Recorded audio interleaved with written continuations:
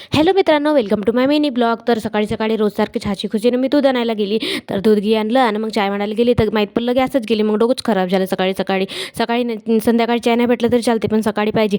मग मी आपलं दिमाग लावलं. कोणतं दिमाग लावलं तर फुल ब्लॉगमध्ये नक्की बघा, सांगितलं आहे मी. मग 3 वाजले. 3 वाजता संकेत उठला. मग आम्ही गॅस आणली. मग मी स्वयंपाक केला. बघू शकता 3 वाजता जोरात भूक लागली होती. मी सेवचे पाकिट खाल्लं.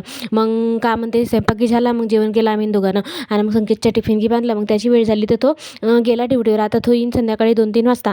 तर मग मी झोपून उठली. बघू शकता पहा माझं तोर कसं दिसून राहिलं. मग का म्हणते राहिले सुले भांडे घासून घेतले. पहिले तोंड घेऊन घेतलं, कारण आपल्याला फ्रेश झाल्याशिवाय चांगलं वाटत नाही.